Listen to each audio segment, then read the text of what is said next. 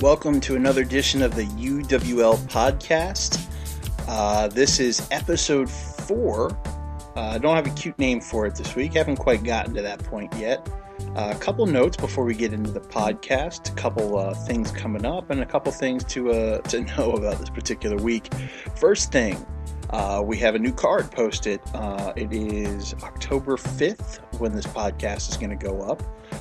And we have a whole new card after one heck of a show that we just had. I wanted to bring everyone's attention to a couple places that you can check us out. The first thing is you can check out our blog, which is uwlpodcast.blogspot.com.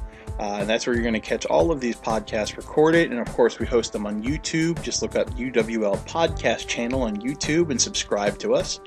Also, if you actually want to check out the Fed itself, it's not very hard to find. We are uwlonline07.proboards.com. And we are always looking for new people to join and all that good stuff. So come on, give us a shot, check us out, and see what you think. That being said, we also have a few other ways that we communicate, but the big one, and of course the way that we do our podcast, is over Skype. So if you want to come hang out and chat with us, just go ahead and send us a message or something like that on our podcast, or again on our forums themselves, and you'll be able to get on in and hang out and do all that good stuff. And of course, we're always looking for people to come hang out in every capacity, because we are one heck of a community here at UWL.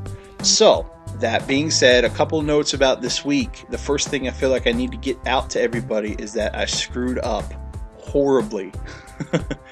As it turns out, when we record these, I kind of screwed up in that I forgot to record the first 30 minutes or so of this week.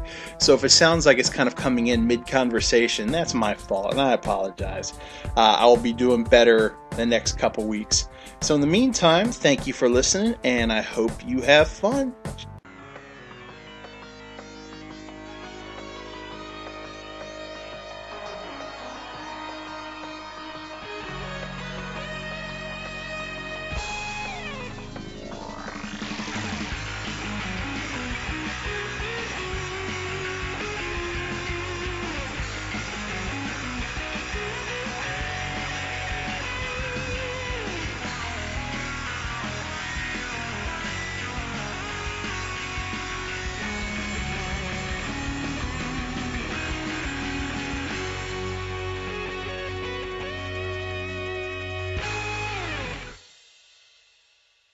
Coming forward saying that they're not big on Seth Rollins, because to me, Rollins is like the Marty Jannetty of the Shield.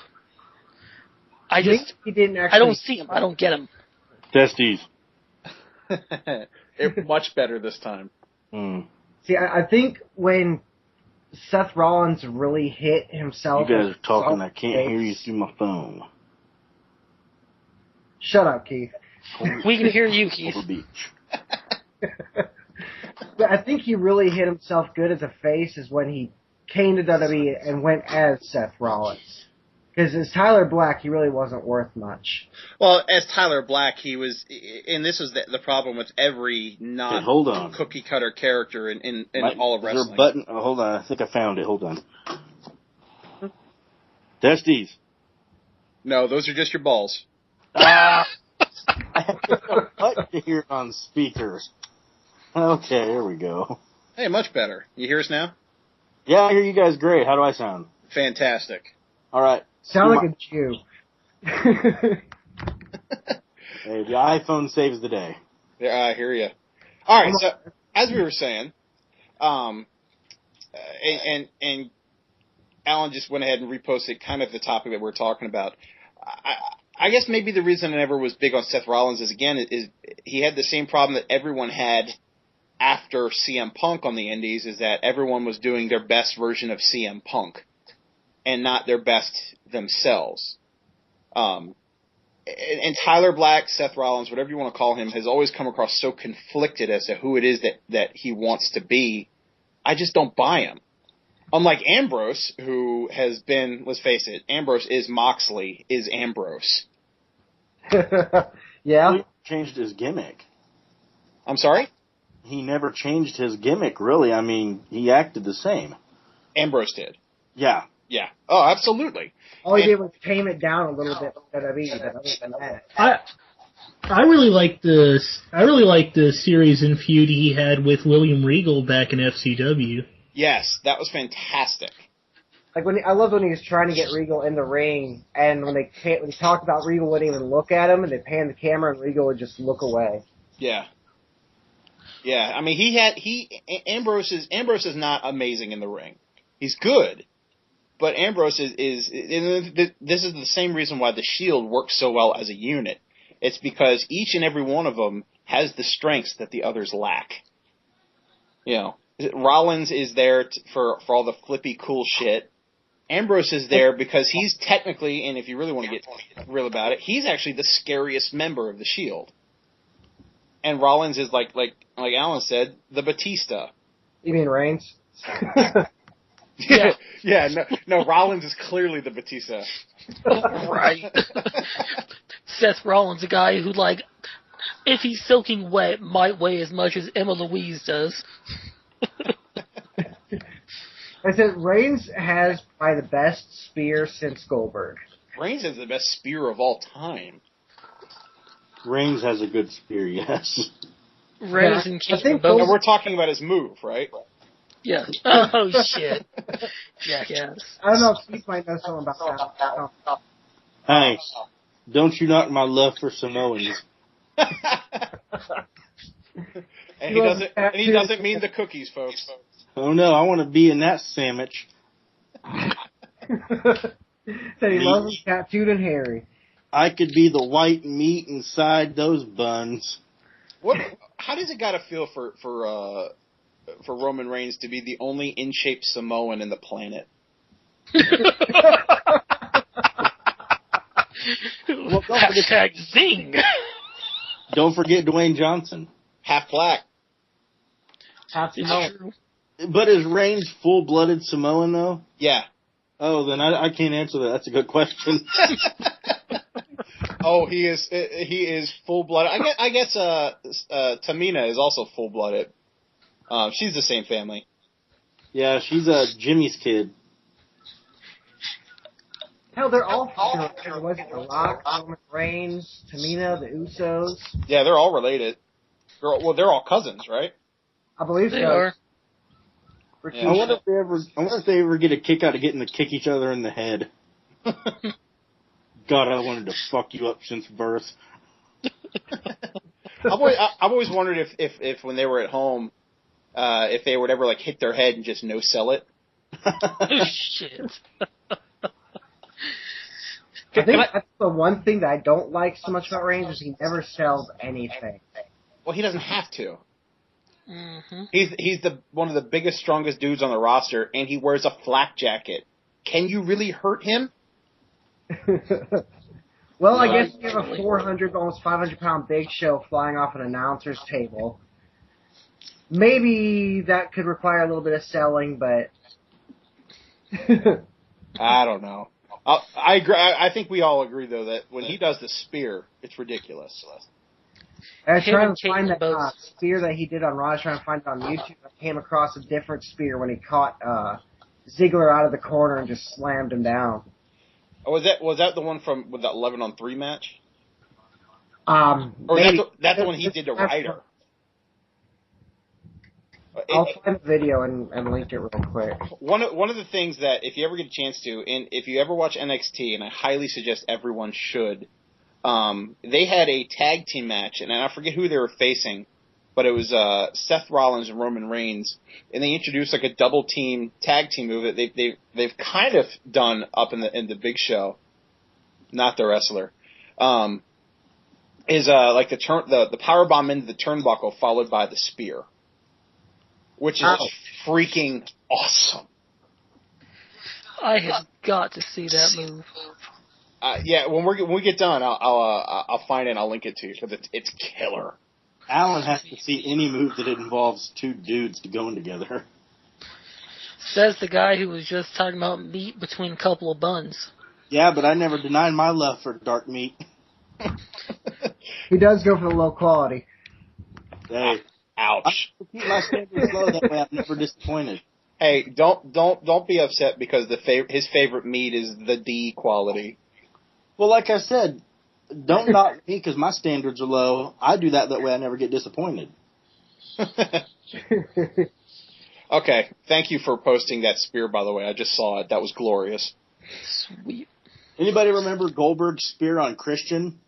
The one where I'm pretty sure Christian died. Yeah. Broke him in half. Christian spontaneously combusted. Even Randy Orton, I think, was one of the better ones, too, because Orton looked like he had just died. He went completely limp once he got hit. My favorite Goldberg spear is when he speared Bret Hart when he had the metal plate on. Oh, God. And he just lays there, and the crowd actually went really quiet. It was just hysterical. Like, what the hell just happened? And Bret Hart got up and took that plate from under his jersey. It was awesome. It was the only thing in one of the only things in WCW I ever liked. And Major Guns. Yeah, it wasn't big on her, even though I should have. She's in porn. What? I loved how in WWE TV here recently they referenced back to G.I. Bro. Oh, it's the greatest, worst character of all time. Everybody knew that Characters we did she's in porn, right? What'd you say? Everybody knew Major Guns is in porn, right? Wasn't she in it beforehand? Yeah, but she's doing hardcore stuff. Yeah, but how old is she now? She still looks good.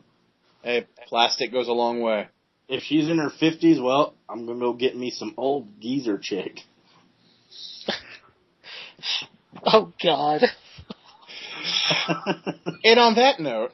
And don't post a picture of Mae Young, one of you bastards. Hey,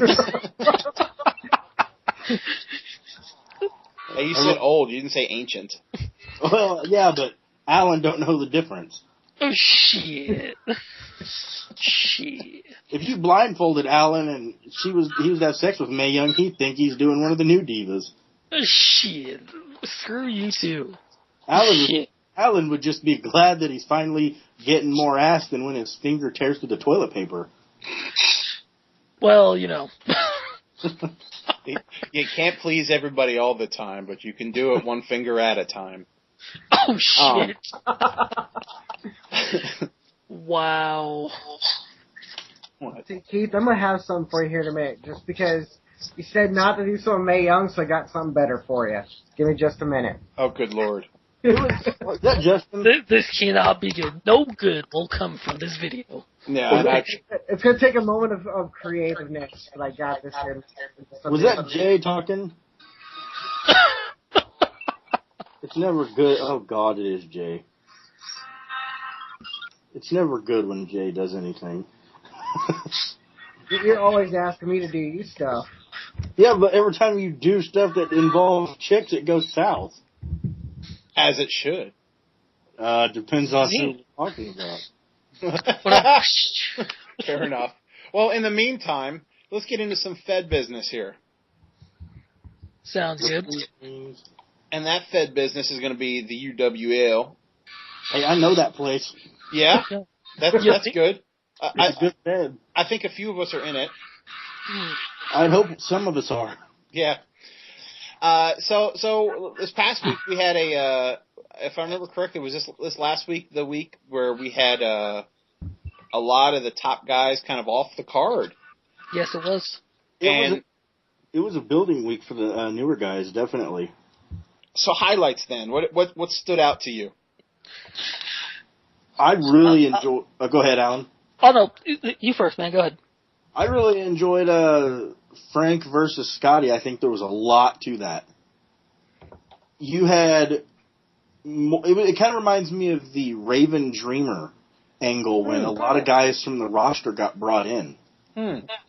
When you think about it, because Drew was in it, and then you had Captain Fury, and then you had Allen's goons, and that's a lot of dimensions into one match. And I think if anything, it definitely is really going to help build the TV title into something bigger than most people thought it would go.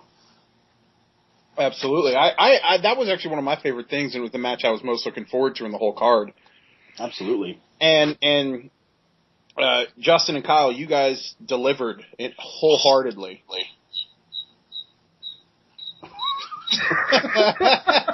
Oh shit. Justin. I'm I'll saying deliver it wholeheartedly. Crickets.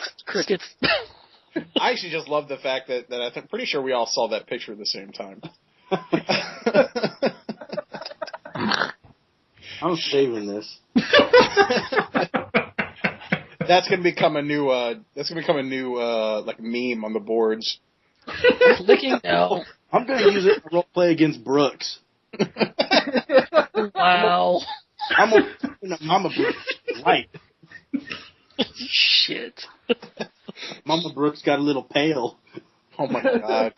Oh my god. No, ain't no. No. So let me. I want to point out something that I loved about this last show.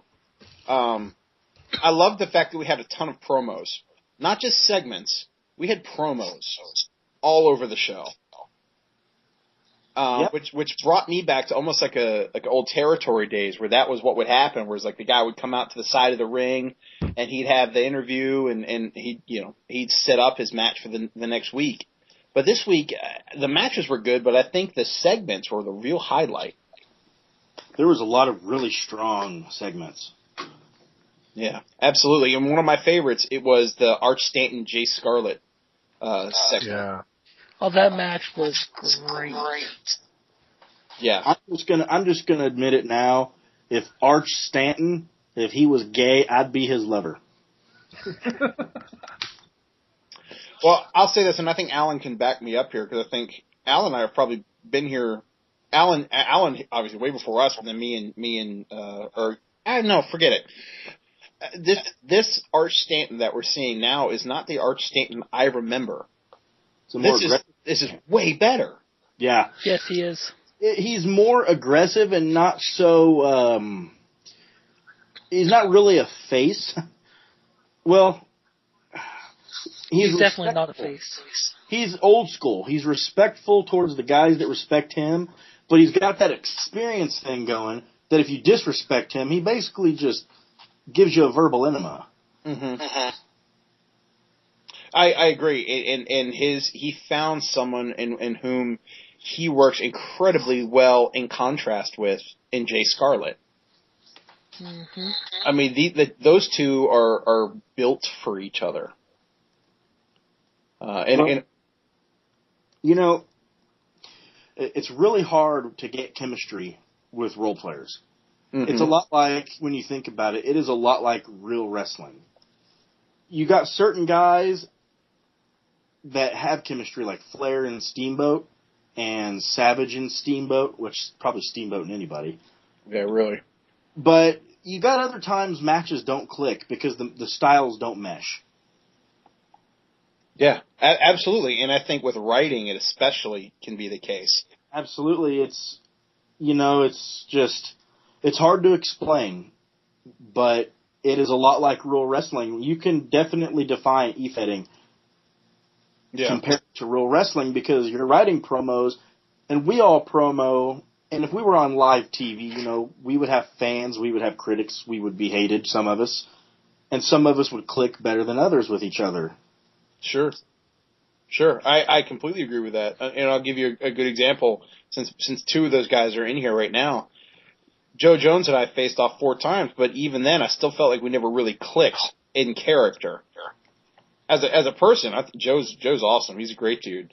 But our writing is so different it's so different that it doesn't have any real we just don't mesh when we face each other. That's not to say it can't happen eventually, but that's not something that never happened. At the same time, myself and Keith have ridiculous chemistry. It's because we are almost the polar opposites. Yeah.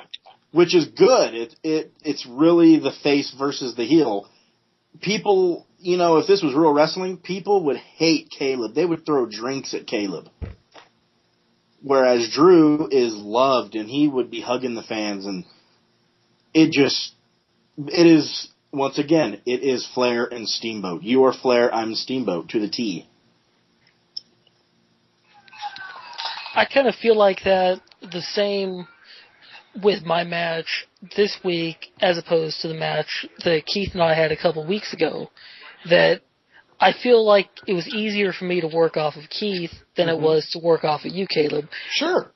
And that's not like a slight against you, because your writing has just been fucking fabulous like this whole week. But I felt like, because of the nature of my gimmick, it just meshed so much more naturally with Keith. Because there's more of a contrast. Yes. Yeah, makes sense. And I feel like that's going back to the show, that's something that we really started to see with this last particular week, is that we had a lot of guys who were starting, and it wasn't on purpose really. It just kind of happened this way, but we have guys who really, their characters are meshing or contrasting very, very well.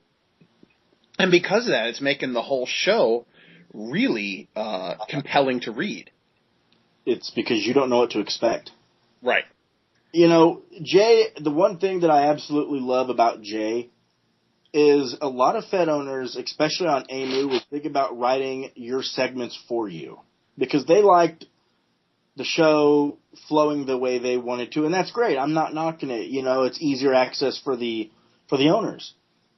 But Jay gives us the ball. He doesn't tell us what to write. It was a perfect example, me and Justin.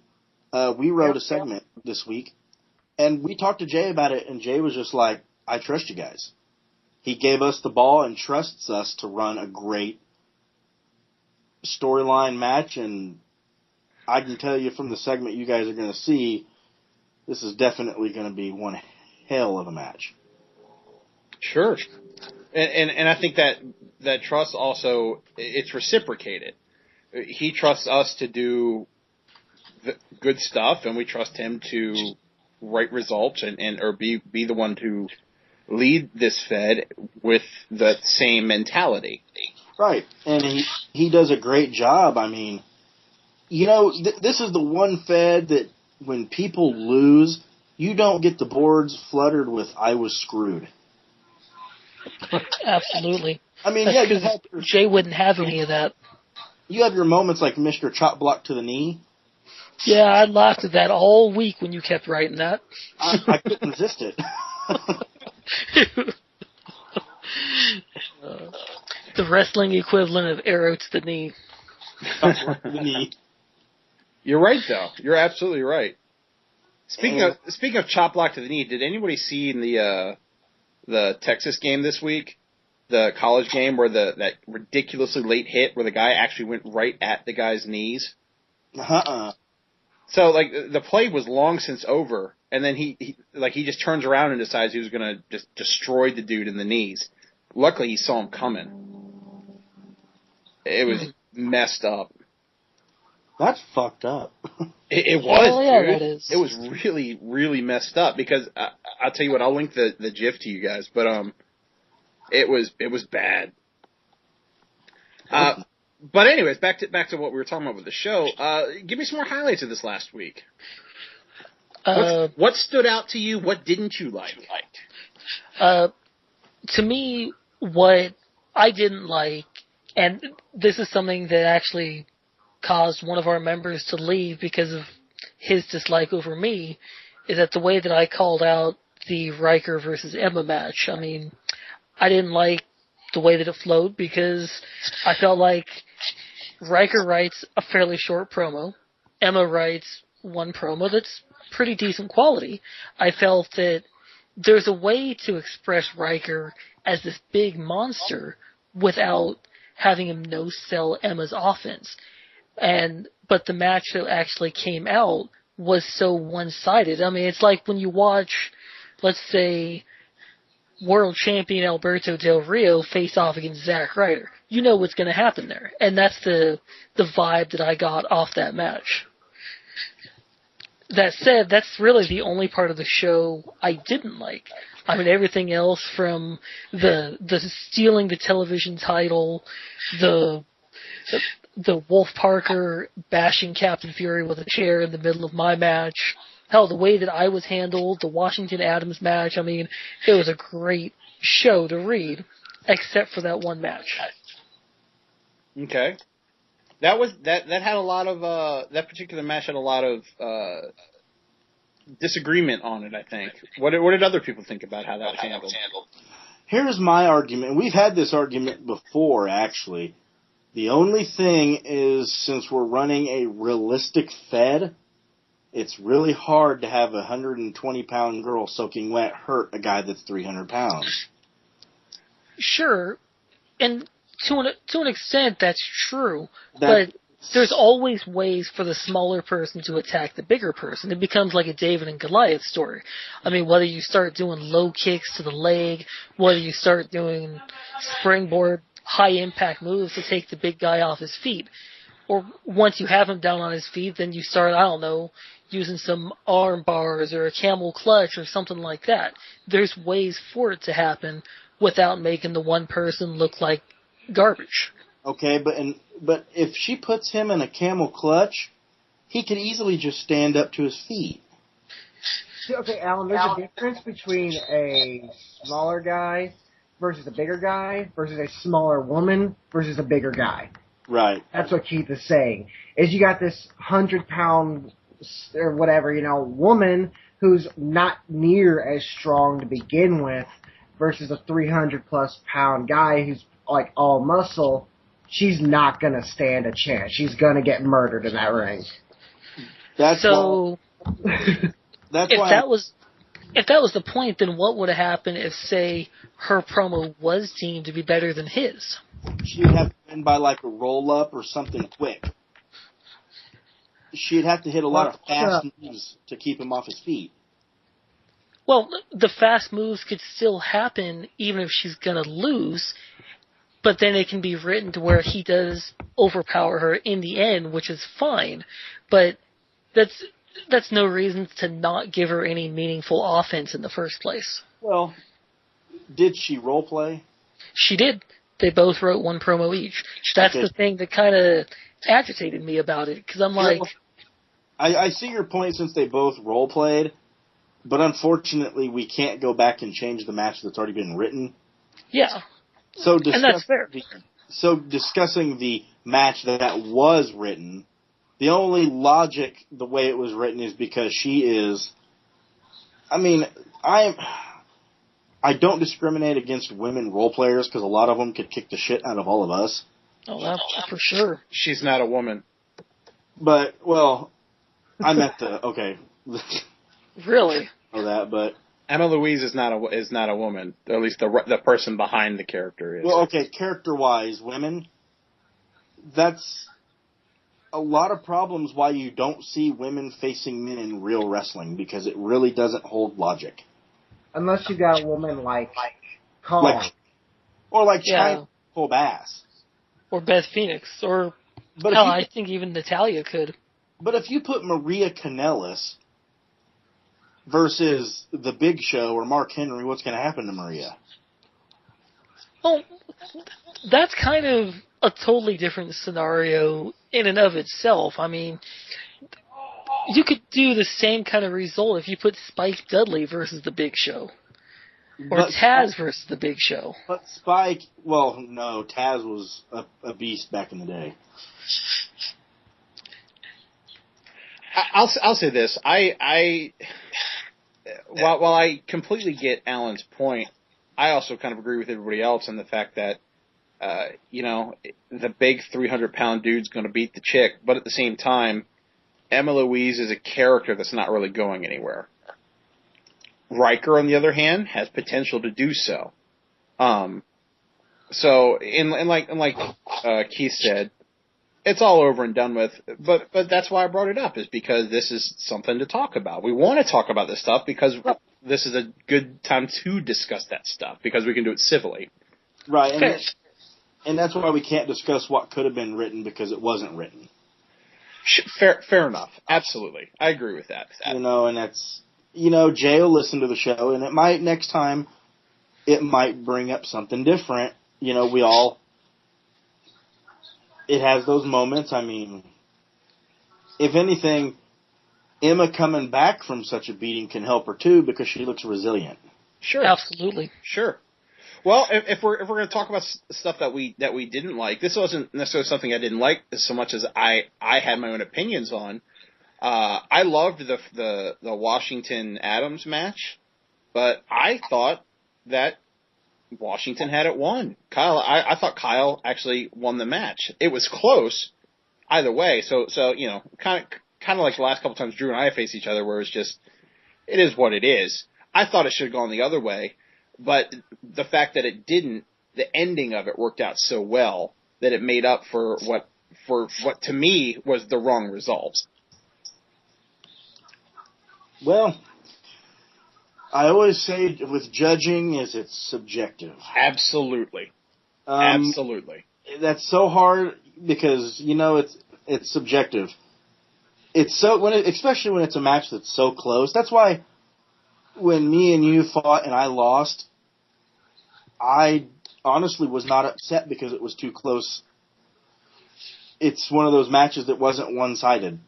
Right. For sure. I think the only thing you and I really cared about is that it wasn't a draw. I just wanted it to be a good match, and we gave it. We had 5 role plays each. We gave a great match. And that's the same with Justin and Kyle. I mean, the match was so close. It was neck and neck that regardless who won, both guys deserved it. Absolutely. And I don't want to get across that I don't think that Adams didn't deserve the title, because clearly he does. I actually just thought Frank won. But either way, the match itself was incredible. And did both of them justice. It pushed them both. That's for sure. Huh? And then the belt got stolen. And then the belt got stolen. That's right. Mm-hmm. Yeah. I was really glad to see a lot of the newer guys step up, because I was worried there for a moment. We didn't have a lot of role plays going into Friday. Right. And then we hit about 20 of them by the end of the week. With a lot of the bigger role players, the guys who normally put out 2 or 3, not even on the show, which was awesome. Speaking of RPs, in case Joe, in case you didn't see, Captain Fury did post his second one. Oh, he did? Yes, he did. Jones has a second one up too. Yes, he does. But I just have to say this week I've been really impressed with Arch's work and yours, Caleb. Thank you. I really enjoyed the references that you had in your last one. Because you were showing me it as you were typing it. Yeah. Yeah, that was some damn good stuff, especially the ending to your third. Thank you. I have to say.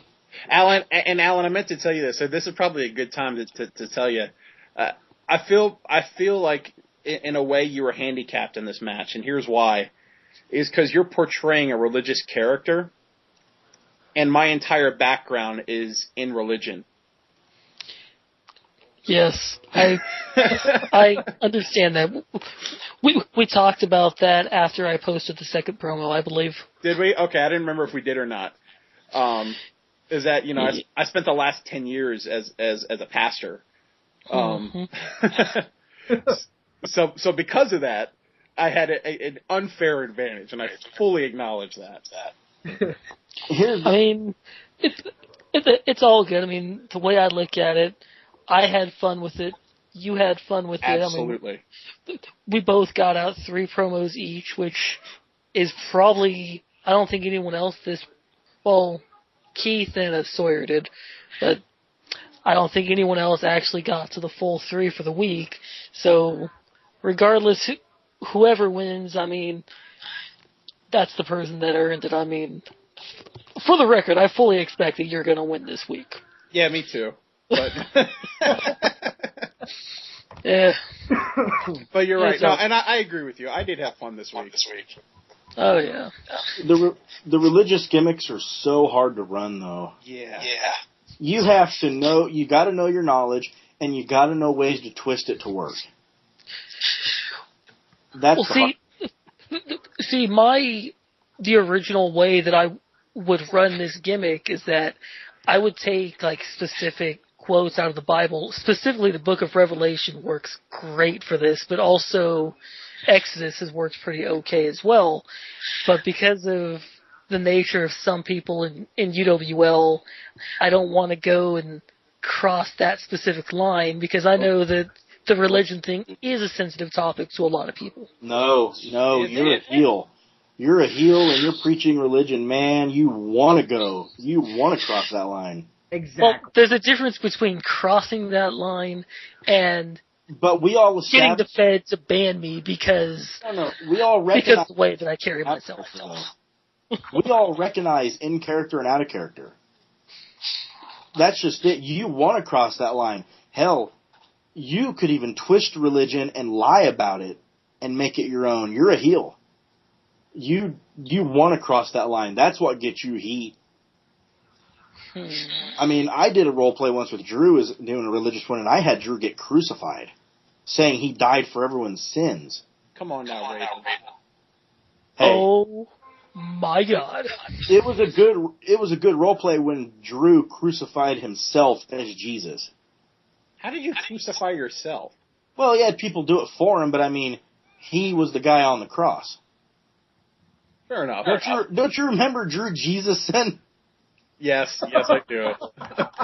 Drew Jesus. Now that you say it, yeah, I remember it. Yeah, I showed you several. Yeah.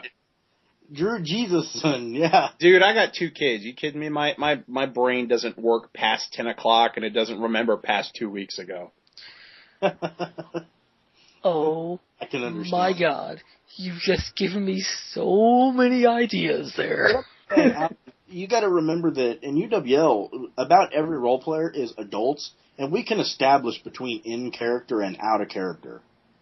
If it was me and I was a bad guy, I would tell Jay, okay, I'm getting ready to shit in everyone's cornflakes. In character, and I would. Justin can tell you all the shit I've done in the past. And that's why I don't eat cornflakes. Oh shit! I have pissed in people's Cheerios and more feds than I can remember. Note to self, never tell Keith the type of cereal I eat. Well, I know it's not Cheerios and cornflakes. Hey man, you better stay away from my Fruit Loops and Count Chocula. You don't want to know what I shot in your Oh, you fruit. don't touch my shredded wheat, we're alright. You don't want to know what I shot in your shredded wheat. That white stuff ain't glazing. Oh shit! It ain't glazing, but it sure is sweet. Oh my god. I ain't Ladies and saying. gentlemen, in UWL, we keep it classy. only when Drew's not on. Yeah, yeah, right. Jay's not. The boss is not here, so we do whatever we want. But I mean, Alan, in my honest opinion, Alan, you need to be more aggressive with your character. You're too nice. Your character is offering Drew cars, and Drew is spitting in your face, and your character damn near gave Drew a blowjob to join. See, in Alan needs to be aggressive. In D&D terms, I would try to translate Alan as a very lawful evil sort of alignment. But I guess I should kind of take that next step to more of a neutral evil form. Do you realize what lawful evil's alignment is? Lawful evil, best way to describe that alignment is where people calculate and basically calculate every way they can cold-blooded murder people. Well, I wouldn't say calculate so they can cold-blooded murder people, but yeah, they're more like the evil power behind the throne kind of person. Or at least that's how I've always seen it. They calculate as in cold-blooded murder. They're very maniacal people. And you need to do that with Alan, I'm telling you. The religious gimmick, and one thing that could work great with Alan is if he loses, you should pull something like off the Da Vinci Code where he does something and hits himself to punish himself for not being good enough. Some self-flagellation. There you go. And not the good kind. Like when that guy flogged himself. I mean, don't quite flog yourself, but... I only know what flog means. Whip yourself. Oh. Yeah, I mean, don't quite do that, but I mean... Alan, have you ever seen Monty Python? I've heard of it. Oh, God. You've never watched Monty Python? No, I have not. A holy hand grenade! That's what you've been doing your whole life. Yeah. Watching sitcoms. And you didn't get my Kramer reference in my... Oh, God. I'm rage quitting UWL.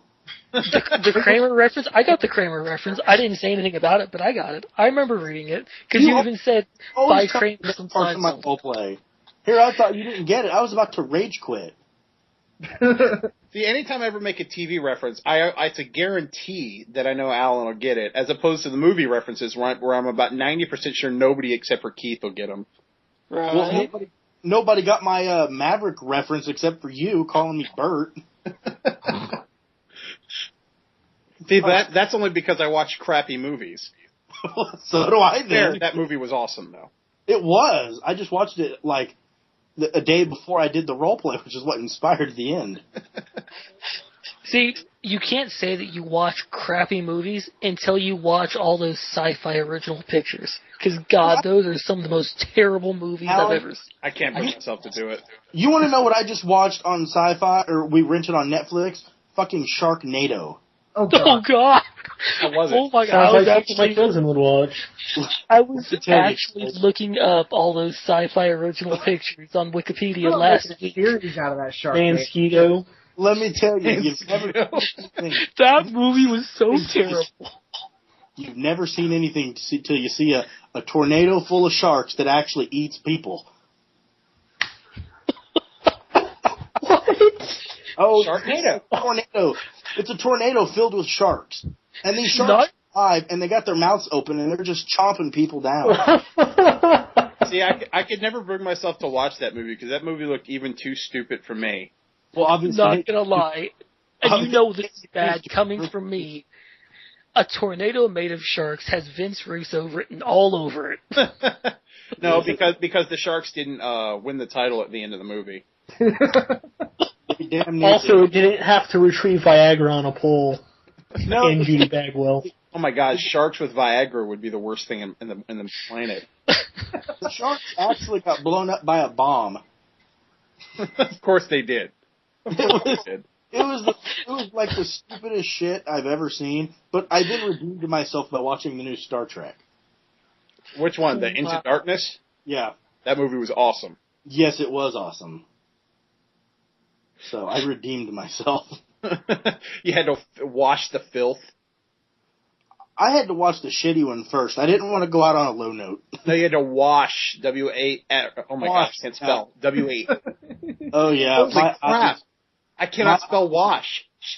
W-A-S-H? Like I told you, man, my brain stops working after 10 and...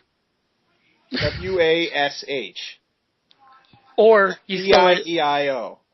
Or you spell it W-A-R-S-H for Warsh. If you live down here in the South. Oh, God, that kills me. You say down here in the South from Portland, Washington.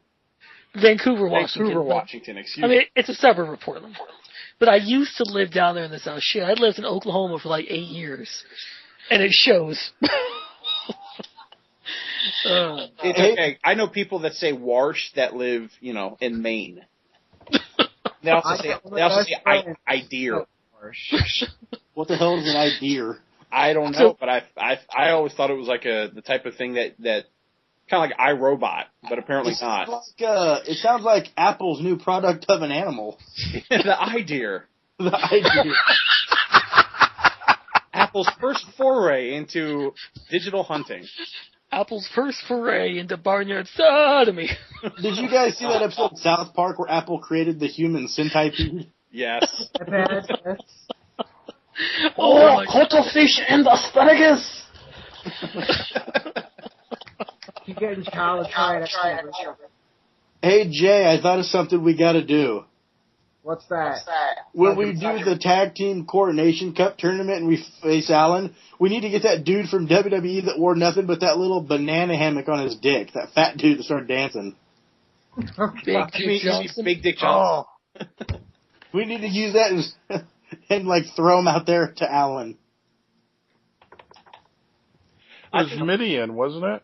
No, that was after Midian. Midian used to run through, but when they were doing it was post Midian. I remember when JR knocked Big Dick Johnson out. Right, that was it. Was that his Big name? Dick Johnson jumping out of a cake and stuff. Yeah, it was mostly during the DX days.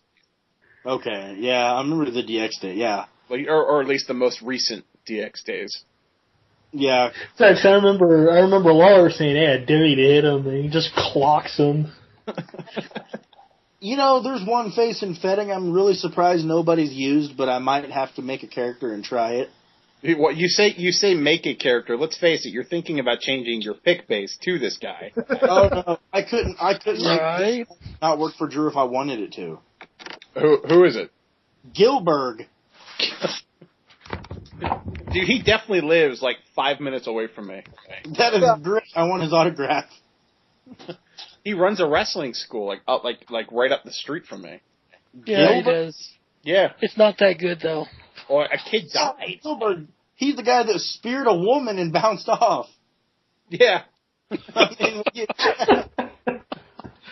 you expect? Wow. I mean, Eugene Nick Dinsmore's back in WWE as a trainer too. Nick Dinsmore is pretty hella talented though. He's I know. ridiculously talented. So they're gonna have oh my gosh, that entire. If you wanted to get into wrestling right now, screw trying to pay your dues. You just got to get into that performance center, man. Yeah. I mean, it's ridiculous what they've got going for them right now. Oh, they put a lot of money and talent in that performance center. It's kind of ridiculous. Oh, it's very ridiculous. Well, and we were talking about this before, but if you watch the Triple H DVD, which by the way you should all watch, it's fantastic. It's weird seeing like Triple H behind the scenes and then seeing the other people that he's working with, and seeing like Billy Kidman just like behind the scenes doing stuff. Didn't he get really chunky? Yeah, he did. Yeah, I heard he did. Chunky can't fly no more. But to be fair, he couldn't fly then. But it's just crazy seeing all these people who are just like, wait, he works behind the scenes now? Whoa, he looks different. But at the same time, you're going, I mean, like, who are their trainers in NXT right now? It's ridiculous. Mm-hmm. Who are the trainers in NXT? I think the current trainers in NXT, I'm pulling it up now. Dusty Rhodes, William Regal, Nick Dinsmore, Billy Kidman. That's off the top of my head. Okay, I'm looking it up now. Okay, so your trainers in NXT: Bill DeMott, Billy Gunn, Gerald Briscoe, who is a kid, but not always, Joey Mercury, Nick Dinsmore, Norman Smiley, Ricky Steamboat, Robbie Brookside, Sarah Del Rey, Terry Taylor. Sarah Del Rey is a trainer? Yeah, she is. I didn't realize she got signed by WWE. Months ago, yeah. Why is she not wrestling? Because she doesn't have a face for WWE. She doesn't fit the mold of the divas. Man, they need somebody like her right now. Actually, someone like her right now would not get over. Now all they have AJ versus the Diva show. I think if she's pushed right, I think she'd be huge. The problem is that the division itself is so she wouldn't be the one I'd want to put the entire division on her back, and it's not because she couldn't do it. It's because no matter what, she just wouldn't get the shot. Yeah, damn shame because she's a phenomenal wrestler. Oh yeah, absolutely. She is. The developmental divas are a lot better than what you see on TV. Well, the developmental divas right now are probably some of the best in wrestling. It's kind of ridiculous. Well, I heard that Paige is really good. She's incredibly overrated. Paige is? Yeah. I heard she doesn't have the look either. She's got a very unique look, so when she will make it up to the main roster. She's just, her thing is she's super pale, like Sheamus. Only she's got long black hair, but she also comes from a wrestling family. She's got it, but she's I don't know. I think in the ring she's very overrated. Which family does she come from? The Knight family. They're a British family. Like every single member of their family are wrestlers. Her mom, her dad, her brothers. Oh wow, okay. Yeah, cool story. Very cool story. But you know. Yeah, but she's better than 80% of the divas they got now. At least 80% of the divas on the main roster. Yeah. Yeah. I no doubt about that. I just think that the problem was that she got overblown because when she first came up, when they first started focusing the NXT divas, she was the one that stood out, but it's only because you hadn't really seen the other ones. And now you've seen ones who are awesome in the ring, like Summer Rae, Emma. Of course, I'm blanking off the top of my head. Can Summer Rae actually wrestle? Yeah, she's good. Really? Yeah. Wow, I wouldn't have thought it. I mean, I look at her when she's with Fandango, and I think she'd be awesome in bed. I'd hit it. She can get it. Not gonna lie. No, it's funny. I'm looking at the roster right now for their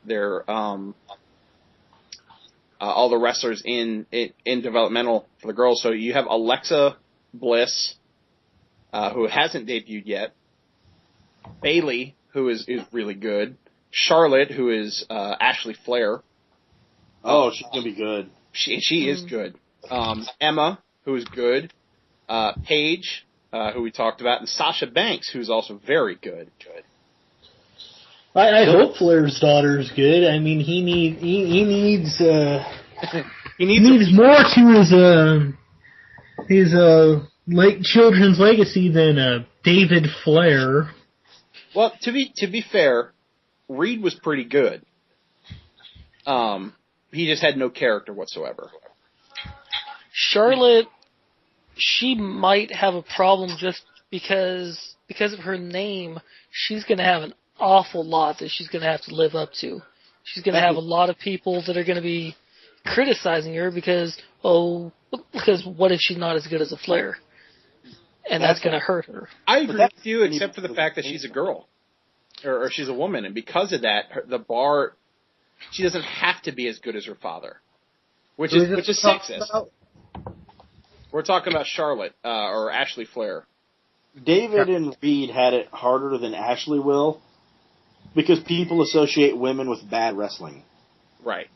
Whereas David and Reed had to live up to their father. And let's face it, when you have a name like Flair, you're the child of Ric Flair, chances are you're never going to live up to it. Well, sure. I mean, Ric is a legendary, one-of-a-kind man. I mean, the man's in his 70s, and he's still the man.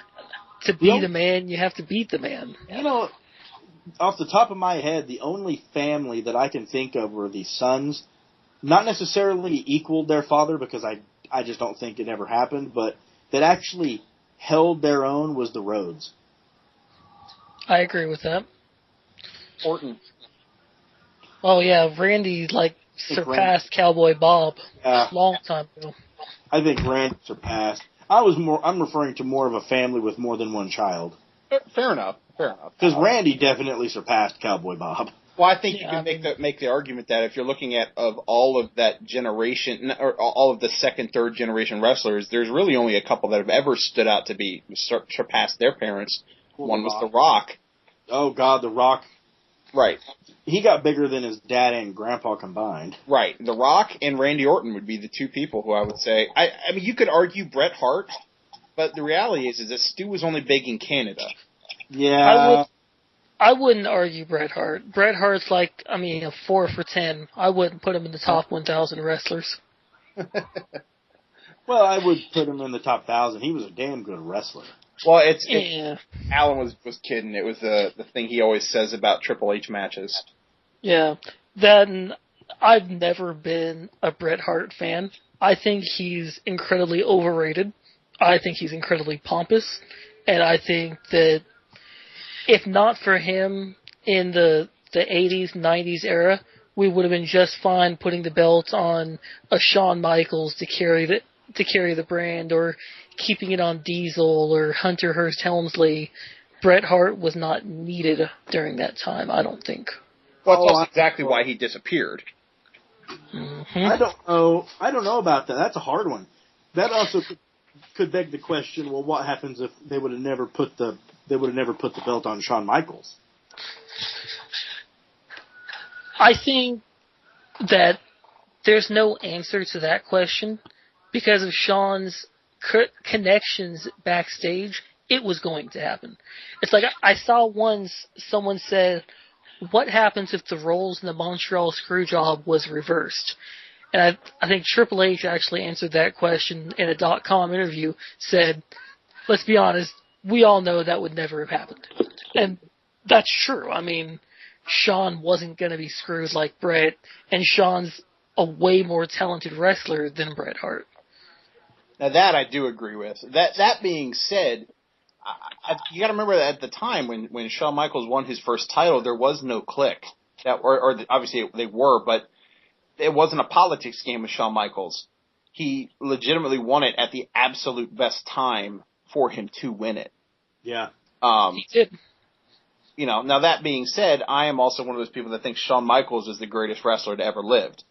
And that's a hard one to argue. He may very hard pressed to argue that. He may not have been the most complete package in that, he wasn't really the best talker, but let's face it, his entire last run in WWE, name me a match he had that was less than 4 stars. That's why I said you can't. Right. He was always an incredible worker. I mean, he's one of the few guys that can say my nickname is the Showstopper, that my nickname is Mr. Main Event, and have it actually hold substance. And not just kind of. No one would argue it. Mm-hmm. Because there will never be another Shawn Michaels. And it sucks, because I would love to see him come back and wrestle another match, but it won't ever happen. No, he's the one person who, when he said he retires, he meant it. Mm-hmm. But honestly, that's good. Yeah, absolutely. Because the complete opposite of Mick Foley. Well, I remember him saying too, like he wanted to get back in the ring, but he also didn't want to pull a Ric Flair with the TNA, and he wanted to, keep to his word and stay retired. Yeah. I love Ric Flair, but when he went out in WWE against Shawn, he should have stayed. Mm-hmm. Yeah. Well, he didn't have a choice, though. He needed the money, and he was kind of stuck there with Hogan when Hogan went over to TNA. But he didn't have to wrestle, though. Fair. I mean, he should have stayed out of that Lethal Lockdown match, even though he didn't do much in the match, but he should have stayed out of it. TNA. Did he? I thought he only wrestled the Lethal Lockdown. No, he wrestled that, and didn't he wrestle Mick Foley? Yeah. He wrestled Jay Lethal. Mm. Yeah, he wrestled at least 3 or 4 times. Yeah.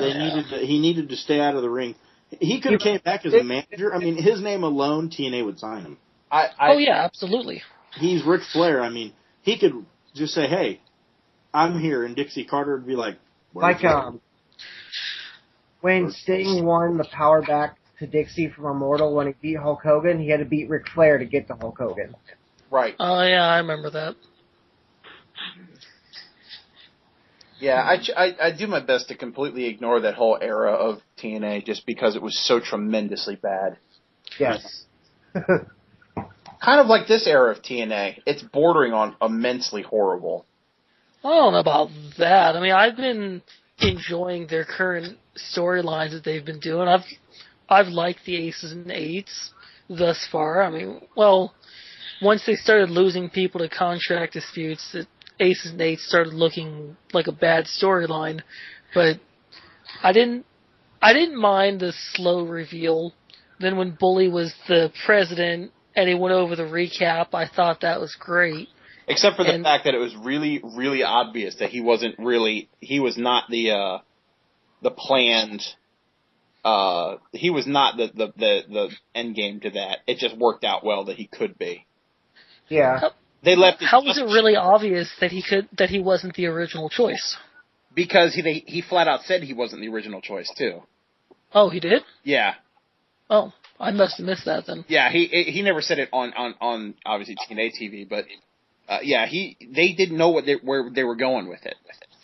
See, all this time I thought that this was going to be the perfect time to, while it may have been obvious, to make Jeff Jarrett the president of the Aces and Eights, coming back to take his company back, so to speak. No, you want people to watch TNA, not run away from it. Well, Jeff Jarrett's not that bad. I mean, no. I'm not saying he is bad. I'm saying that would have been the worst possible thing they could have done. And I am am a Jeff Jarrett. I'm okay with Jeff Jarrett. I just think that would have been terrible for that to be the case. I think he just needs to stick to TNA creative since he's coming back now. Yeah. You know TNA is bad when I watch the fucking Dolphins and Cleveland Browns over it. You just want to see Hoyer tear his ACL. Man, I'm not going to lie, I felt bad for the dude, but at the same time, I laughed. It's the Browns. The Browns took themselves to the bowl. Yes, they did. Took themselves to the bowl and gave it a big old flush. They won. Hey, they're 3-2 right now, for what it's worth. They're 3-2 in the second worst division in football. I know. That's not something to cheer about. It's okay. Hey, I'm not a Browns fan. I'm just saying. I live in Baltimore, and everybody's ecstatic about the fact that they're 3-1, but the reality is that they're terrible. Oh, the Ravens? Yeah. Yeah, I agree. Not the same team they was last year at all. Well, did anybody else see the thing where Terrell Suggs was saying that Roger Goodell was the guy who was behind the blackout at the Super Bowl? I watched this. Oh, that was Ray Lewis. No, Terrell Suggs Oh, did that it was too. Suggs. Yeah, Ray Lewis did it on like the NFL Today. Terrell Suggs did it on like the ESPN Conversations.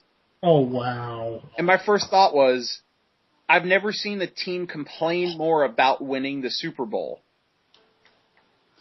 Seriously. Wow. Like, guys, It's almost like you're like, God damn it, we won the Super Bowl. well, they were legitimately pissed that they didn't win it by more. It's the Super Bowl. What the hell do you expect? Right? Anyways, I know that's off the topic of wrestling, but we don't do topics here. We just say it like it is. Exactly. What's up, y'all? Trent. Hey, there's Trent. Hey, I've been listening since Shawn Michaels. What's up, y'all? You missed a stellar discussion earlier in the show. Yeah? Yeah. If I had Trent to get- Grand I Theft had to Auto get my online last- and joined us. Oh my God, that was so fun. See? Dude, that was so goddamn fun playing that online finally. And I actually won. I won, like, most of my matches. I only lost 2. And Trent gets a boner. Oh my God, dude, I was Oh in a my shootout God. with somebody. I was in a shootout with somebody, and he ducked behind the car and thought he could blind fire on me, but his head peeked out, and I popped him in the head with a micro SMG, and that was Nice. Wrapped His it head up. popped out, and Trent's all Yeah. like, see you when I see you. Yeah. Oh God. And then, and when I had to steal evidence for a dirty cop, and my buddy was, we were on opposite teams. It was just a one-on-one thing. And I tried to dip away from the cops, and I got into an alley, but he came from behind and sandwiched the car. I killed him in his car, and I tried to get into his car, but it kept going into my car, and I was like, fuck, I can't get in. The cops started to come. He came around with a third car, jumped out of it, tried to shoot me, fell, and then got back up, but I had the higher ground, Anakin, and I shot him right in the fucking head. And then got into his car. There was 3 cars there. It was a big fucking mess. And I got out and I ducked into an alley so the cops could avoid me, and I dropped off the evidence. Like, oh my God. God, he almost got me. Oh, it's brilliant. The gameplay is brilliant. That's what Keith said after hanging around Jay. Hey. Oh, it was so What fun. you gotta do. Yeah, I got online to the point where I could stop, and then I stopped. Yeah, it shouldn't be bugged anymore. It was bugged for me. Like yesterday, I thought I lost my character, but I still had him. I lost mine. Is whatever. I didn't get like 2 missions in anyway. You make your own.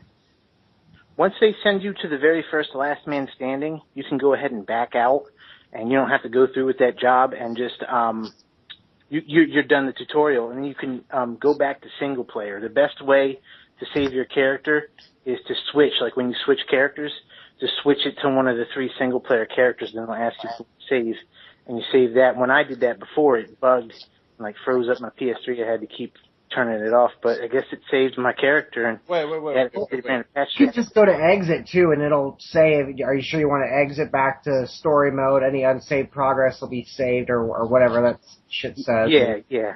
That's the best way to exit. Hold on, time out. This is on. I didn't know this was on the PS3. Yeah. Yep. Yep. Oh, Oh, it's so fun. Can you, dude. shit just got real. Can you create your own guy? Yeah. Yeah. All right. Online, not in the story, but online, customizable almost. I can finally be black. After all these years. Freaking Tiger Woods, freaking black and East. I'm gonna make Tiger Woods have a bunch of bitches. My buddy Scott was telling me a story he read online of somebody on GTA Online accidentally creating LeVar Burton and running through with it, and he said, you know what, I'm going to stick with this character, and every time I finish a GTA Online session, I'm going to say, but don't take my word for it. I could be robbing liquor stores and shit. Don't take my word for it.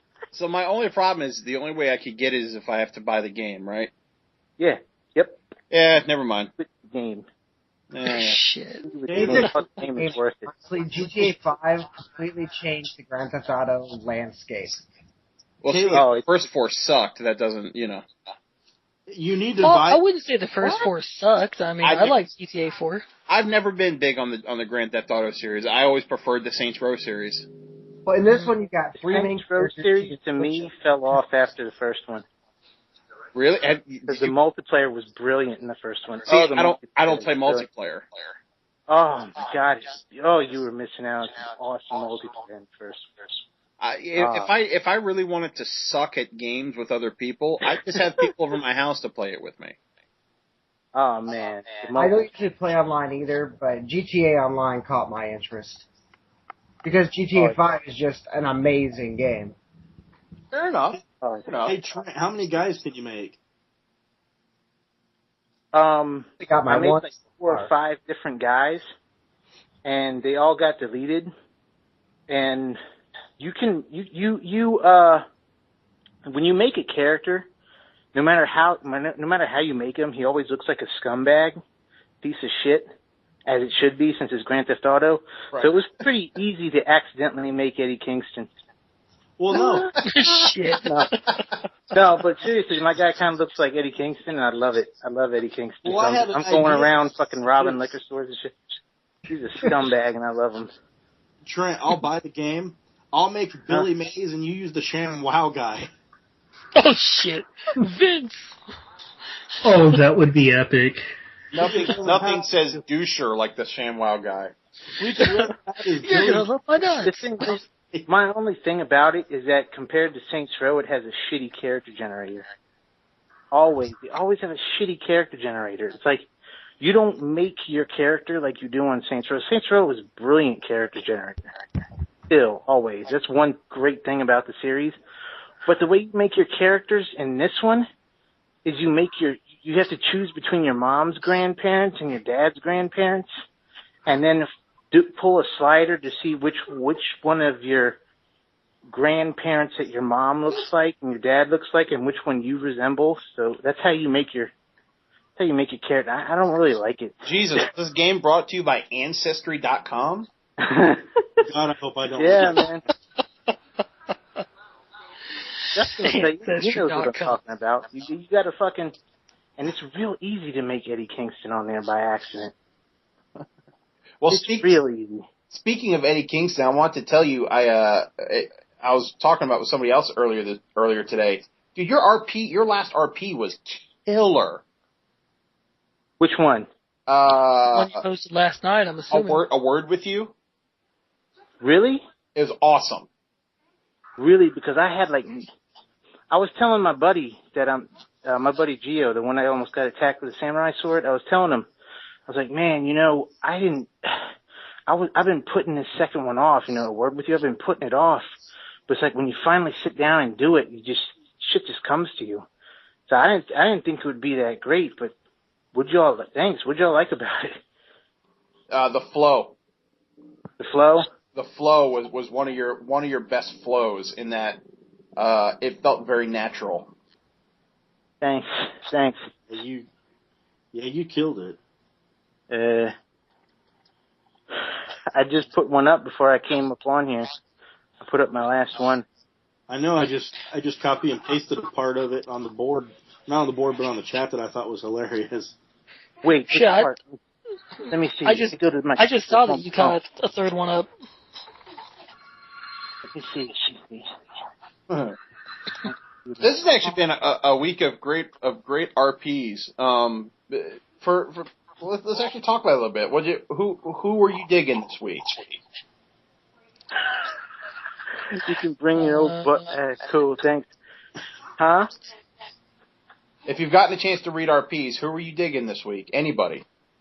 This week, I haven't gotten to read much, to be honest, but Art Stanton. Art Stanton was nice. yeah. Caleb. Art Stanton was nice, especially his last one. I've been digging Arch. I've been digging Trent. I've been digging this Caleb Hart bloke, whoever the hell that guy is. Sounds like a jackass. He's a loser. I've been digging Chris Sawyer. Been digging Joe Jones. And for some reason, I keep wanting to call him Jeff Jones, and I don't know why. He'll smack you for that. Be careful. Shit. Out Allen. I've been digging, okay, sure, I've been digging this Drew Stevenson bloke a little bit too, I'll admit. There you go. One time you don't stroke my cock. Shit. Wait, I read one of Caleb's this week. Was this week the one where you were praying to God? Yes. Yes. Yeah. His How to Kill a God 3-part series. I actually got praised by Dangles this week. Oh, yeah? Yeah.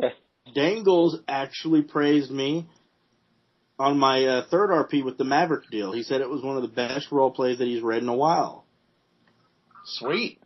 I will actually copy and paste it. I was amazed too. I was like, really? Yeah, he posted an RP this afternoon that was fantastic. It was pretty great. But Dangles always posts really good top quality stuff though. And I've told him this, so it's not like I'm saying anything I'm not burying the guy, but when he's focused, his stuff can be incredible. Like his stuff for the Coronation Cup was off the charts. Yeah. I can't wait to see what he and Trent are going to be throwing down come Nightmare 4. Gonna be absolutely fabulous. I know that I'm not the host necessarily, but what does people think about Nightmare 4 coming up? Well, it's I'm glad you brought that up because we're all about just random discussion on here. I'm excited. I think we're building it up quite nice. I'm going to go on record and say this is going to be our biggest pay-per-view of the year. I think it'll be hard to top Grand Voyage because Grand Voyage, to my opinion, easily the best show of the year. But I hear you. Grand Voyage wasn't a pay-per-view like Nightmare 4 is, though. No, it was just a supercard. You're right. I mean, we got a stacked. When do we ever go into a supercard or a pay-per-view in UWL and not have a stacked card? Right. This one's particularly good, and the fact that we actually have some matches that are yet to be decided, where this next week is going to be really important, is great. Yeah, it's going to be really good.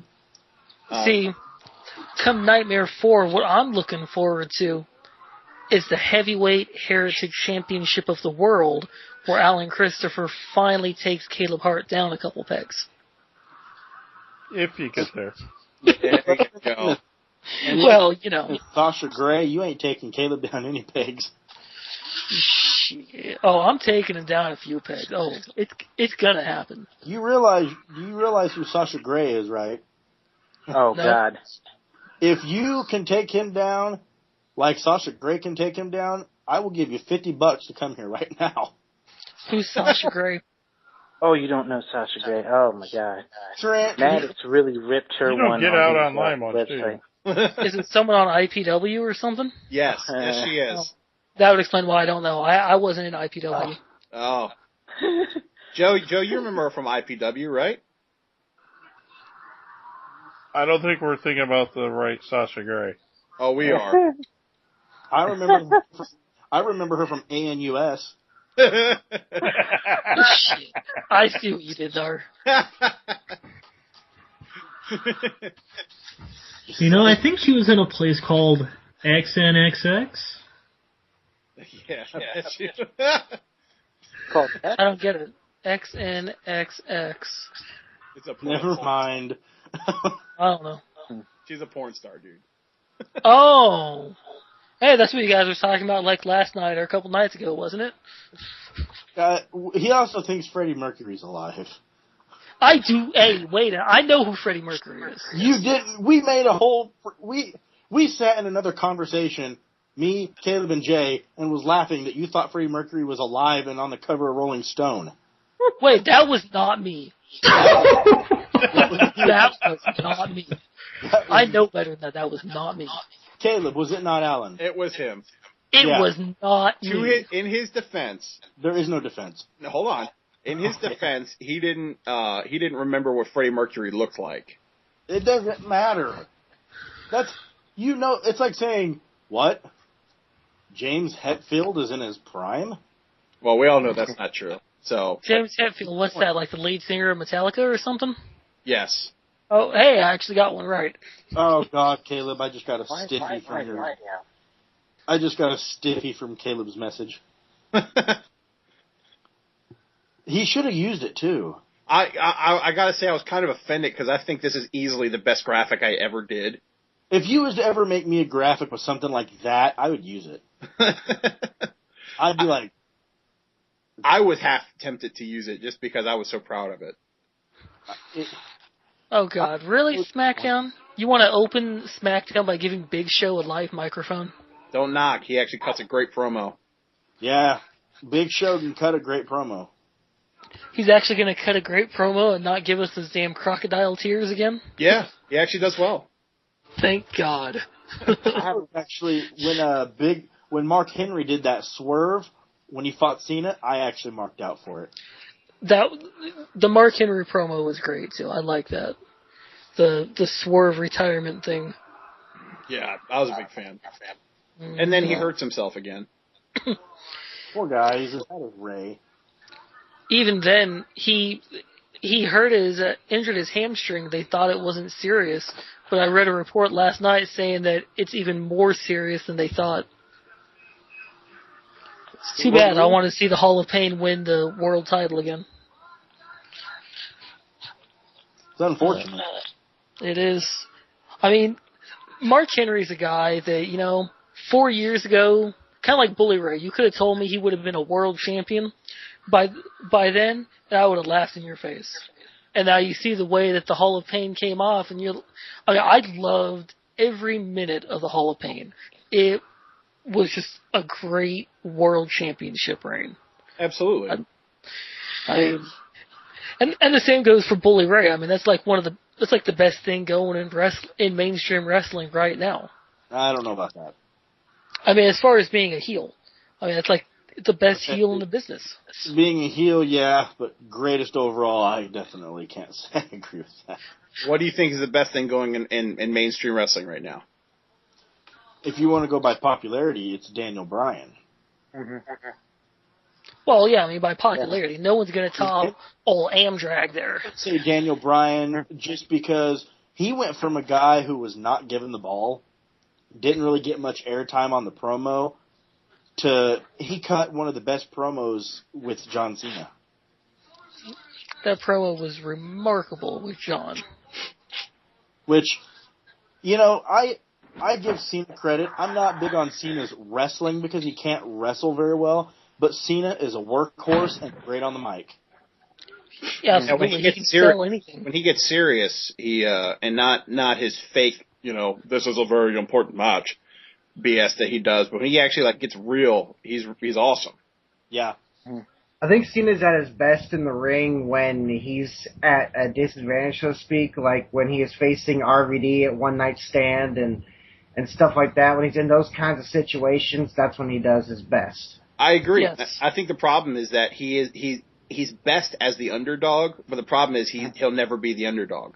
No. And that's because the only time he's an underdog is when he's fighting like The Rock. And even then, he's not the underdog.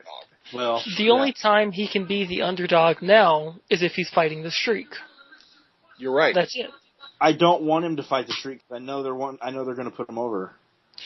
I mean, I don't even think they'd put John Cena over in the Streak at this point in time. They're talking they talk about it every year, but they always say it, but I don't think it'll happen. I think he's the only logical person to have Taker's last match. They're actually talking about having Ryback face Undertaker, and if the Paul Heyman pairing works out, putting Ryback over the Undertaker. That would never happen. But it relies on Rock coming back to work with Lesnar, I think. Yeah, I don't want Ryback to go over Taker anyway.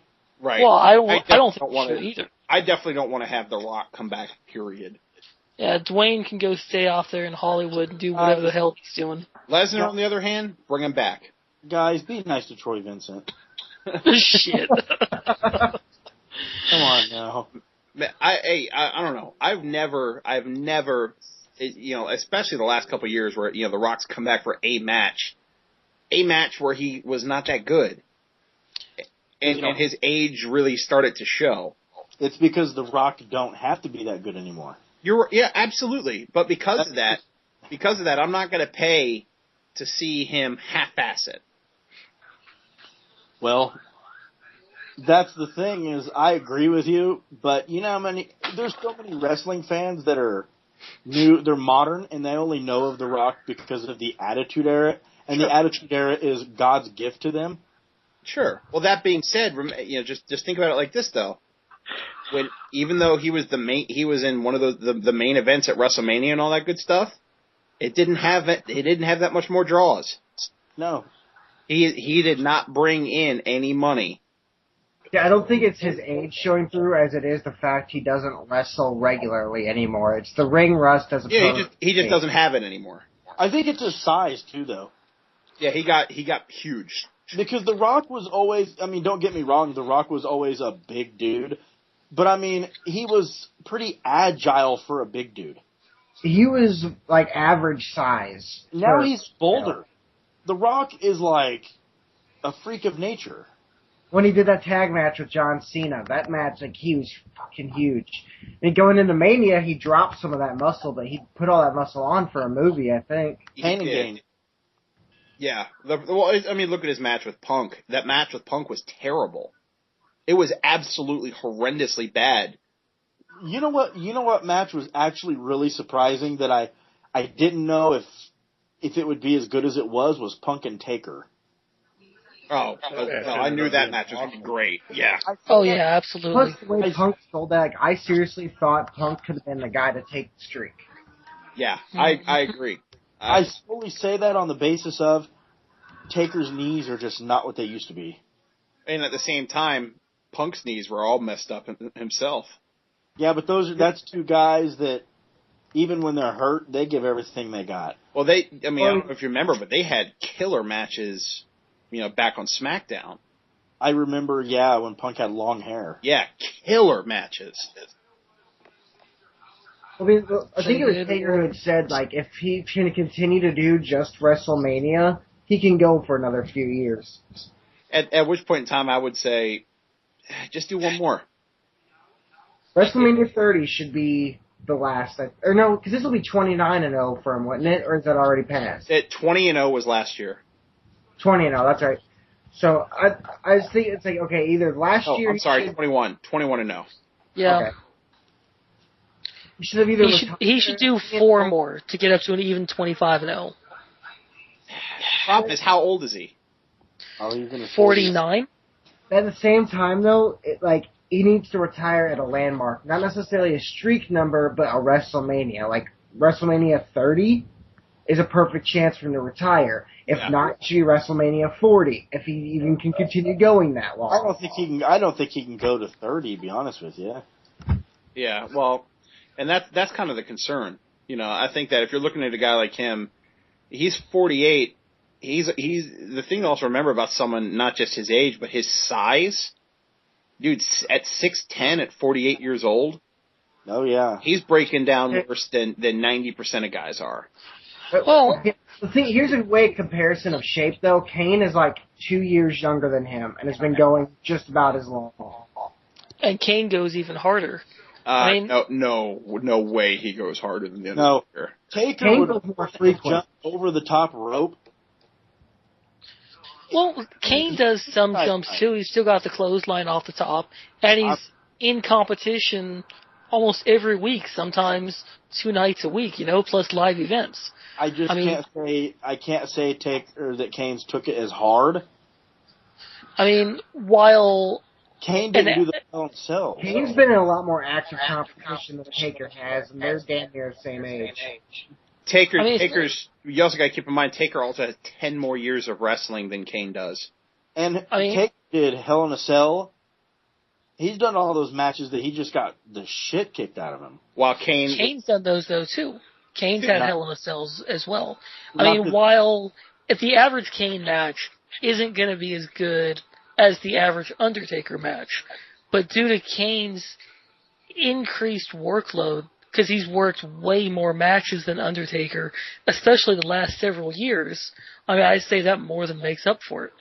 But I'd like to point out that wrestling in this day and age, the current Raw show, their matches aren't that physical. Right, and that's exactly what I would point to. I mean, it's like Kane has his set of moves, and when he was teaming with Daniel Bryan, they were facing teams that Kane didn't have to do a whole lot to beat them.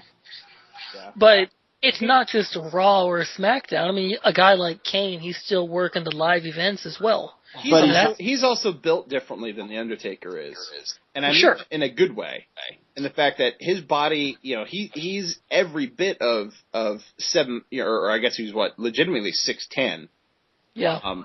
But he's 6'10", with, and he weighs I think it's 315 pounds or something like that. Yep. While Taker, and his frame supports that. Taker has always been a smaller guy on a big frame, even though he's never been tiny, if that makes any sense. He's skinny. I get that. Right, he's far skinnier. Yeah. He is, yes. Well, he got skinny in the past since he came back at 20, too. Yeah. Before then, he was still a fairly bigger guy. Yeah, but compared to Kane, who is his background is, in the bodybuilding and all that stuff too. He's always just been a bigger dude. Yeah. I gotta get going, y'all. I'll talk to y'all later, all right? All right, man. You guys are ready to play Final Fantasy. Justin, I'll try to get on GTA Online soon, either here or when I get back to my house. But I'll try either late tonight or sometime tomorrow. I'm not getting back till Sunday, but I have my saves saved over on the cloud, so that's how I was able to play today. So I'll try and get in touch with you on that. All right, sounds good. All right, later, y'all. When I see you. All right, see you. Bye, y'all. See you, dude. Word. Another thing to consider about Kane too is that on top of the fact that he has 10 less years of wrestling and all that stuff, you also got to keep in mind that for a guy like him, whose entire career has essentially been based off being of similar size to The Undertaker, he's had to do far less. Taker's biggest thing about The Undertaker is the fact that at 7 foot tall, he was doing the top rope moves. He was, yes. Dive, when he would run to one side of the rope and then jump over the top rope onto his opponents. He'd get more air than cruiserweights would. Yeah. And that's pretty unheard of especially for a guy of his size. And how many times did Taker face a guy where he would run and jump and the guy would move and Taker would smack the announcer table? Yeah. Mm-hmm. I mean, the thing about Kane, and this is one of the things, is Kane also went the first 2 or 3 years of his career when he first came in as a guy who destroyed everybody put in his path. Well, so did Taker. Yeah, but my point being is the Attitude Era took more out of you on your body than the 80s did. And Kane got to run through people in the Attitude Era.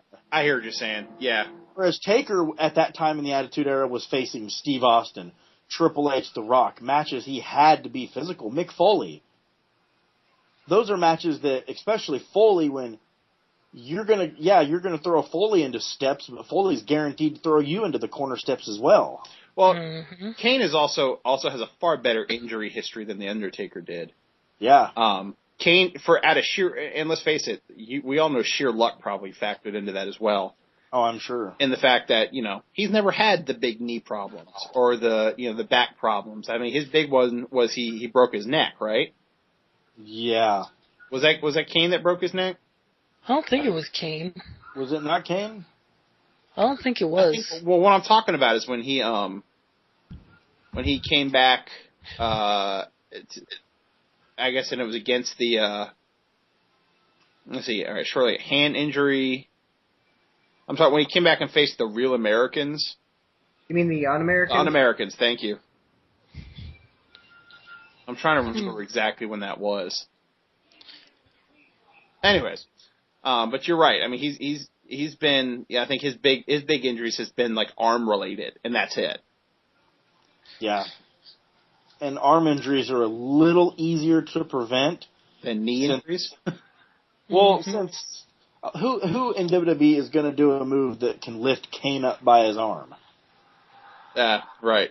Big Show. Yeah, right. Yep. Even Big Show don't though. And you're right, Bob. Yeah. He tore his biceps. That was his only injury. Yep. I mean, not many guys in WWE can lift Kane, let alone lift him by his arm. Mm-hmm. Yeah. So that's... You're right. I think Brock Lesnar would be the only one to be careless enough to do it. Probably so, but you don't really see Brock and Kane. No. That's good. I mean, I don't even want to see... Like, there's a rumor going about Lesnar and Undertaker at WrestleMania 30. I would be totally okay with that. I don't want to see that just because, for one thing, I mean, I know that backstage Mark and Brock don't get along. And I know that... hold on, time out. That's when did you hear that? They've never gotten along. They've never liked each other. Taker went to a UFC event and they stared each other down, but it was more of a stare of respect than... Well, they also said flat out they planned that. Well, that could be. Yeah. But... See, everything I'd always read, including in the books and stuff, was that Taker was one of Lesnar's biggest mentors. I mean, what I worry about most with a match like that is with Brock's careless style and with the health of the Undertaker's body. I mean, I worry that Brock's gonna fuck something up and Brock would be wind up prematurely ending Undertaker. I think he'd be way more careful with the Undertaker. I also think that it's the fact that it comes across as careless that actually helps him. I don't think he's nearly as careless as it looks. No, I don't either. A lot of it is probably he's so strong he just throws people on like rag dolls. Well, I mean, like, for example, in his stuff with Cena, it looked ridiculously careless. But that being said, it's Cena. Yeah. Yeah, that's true. I was hoping he'd be more careless with Triple H, but, Yeah. Yeah, you're not going to be careless with Hunter because, I mean, you weren't careless with him, you're not going to have a job for very much longer because you just don't work like that with him. It was funny, though, if you watch the Triple H DVD, that's one of the things they talk about was that it was Triple H who was one who was like, hey, you should come back now. Yeah, they worked out that whole thing together. Which is Monday Night Raw starring Brock Lesnar. Yeah. Actually, I think Triple H has done a better job than the people that was running it a few years ago. Oh, I don't think there's any question. I mean, and that's one of the things they talk about in the DVD is the fact that ever since they started transferring stuff over for him to do, I don't think it's a coincidence that you suddenly started to see a real resurgence in the WWE. Mm-hmm. Well, he's pushing people that should have been pushed. Well, that and NXT. Like the Usos. He's actually pushing them. Right, because he always said he was a fan of them. Same thing with Daniel Bryan. That was always the thing that got out was that, I'm sure we all read it, was when the question was, well, why would we push Daniel Bryan? And nobody said anything until he said, why not? Yeah. And that sounds like it's not much, but that really is actually like an endorsement. Why not push him? Well, it shows, because Vince, it's no secret at all that Vince has a hard-on for the guys who are big and muscular. Sure.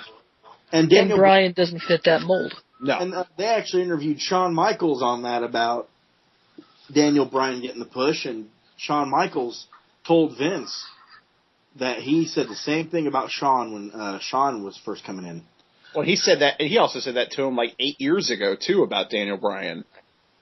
Yeah. I mean, people know that Shawn Michaels was one of the people that trained him. Most people also don't seem to remember that Shawn Michaels was one of the people who kept saying, "Why isn't he in the WWE? You're wasting your time." Yeah. Right. And that's the thing is, if you take somebody like Shawn Michaels, who is arguably the biggest wrestler, the best wrestler ever, and he's telling you, you might want to give this guy a look. If I was Vince, I think I'd give that guy a look. Yeah. Oh. Well, in Vince's defense in this regard, 8 years ago, if Daniel Bryan had made it to the WWE, he'd have never been back. And that could have been. I mean, let's. I love Bryan Danielson, but the reality is that until this year, he didn't really hit his stride in the WWE. Well, honestly now, I mean, 8-10 years ago, whatever, Daniel Bryan was in the WWE. He had a tryout match with John Cena on Velocity, and they passed on him then. So it's not like they weren't looking at him, they just passed him up. Well, you also got to remember that they bring in just about anybody for those matches. Same thing with AJ Styles, though. They passed him up, but that was more his attitude was in the way. But, I mean, same thing. Samoa Joe, too.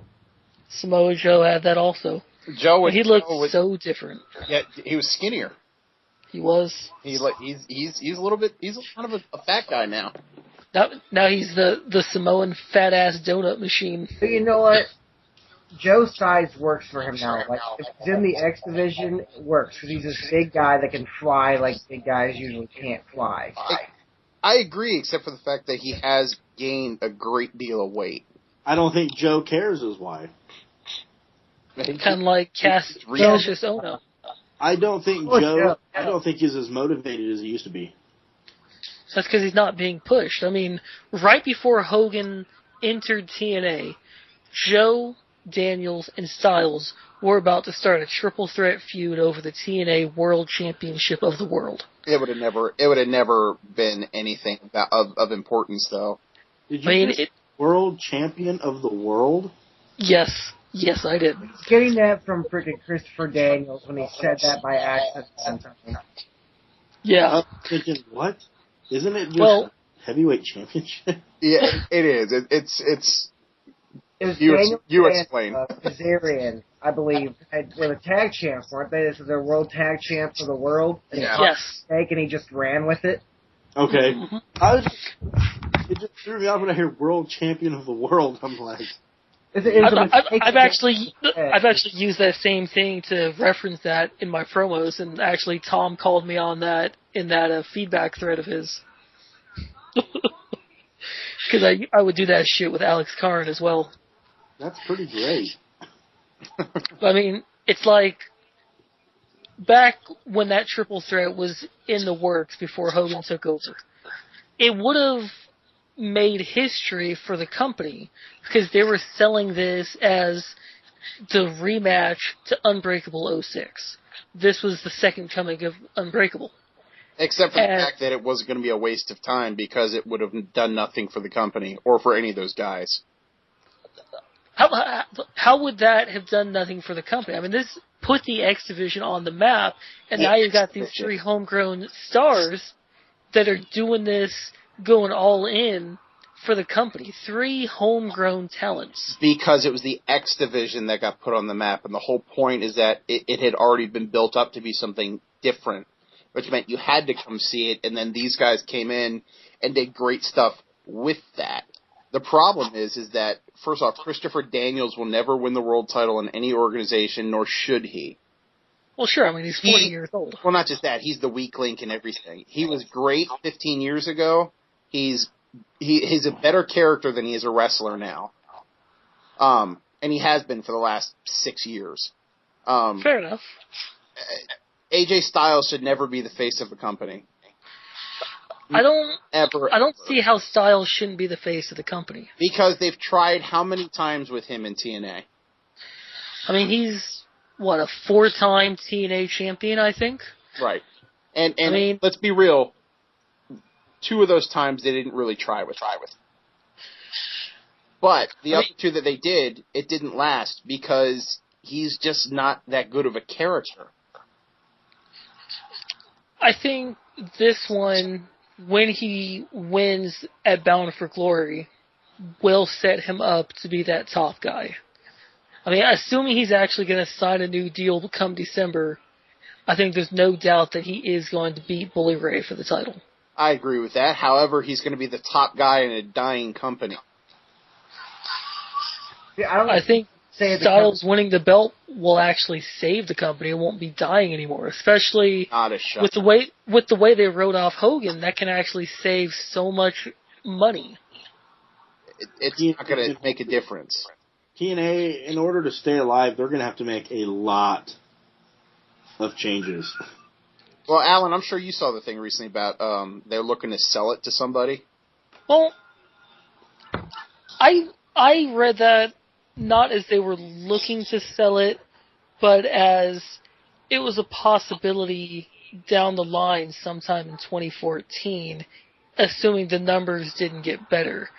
But I didn't look at that and read that as, oh, they're looking to sell the company's dead. Oh, I don't. The contract says McMahon, but it says Shane McMahon. Yeah.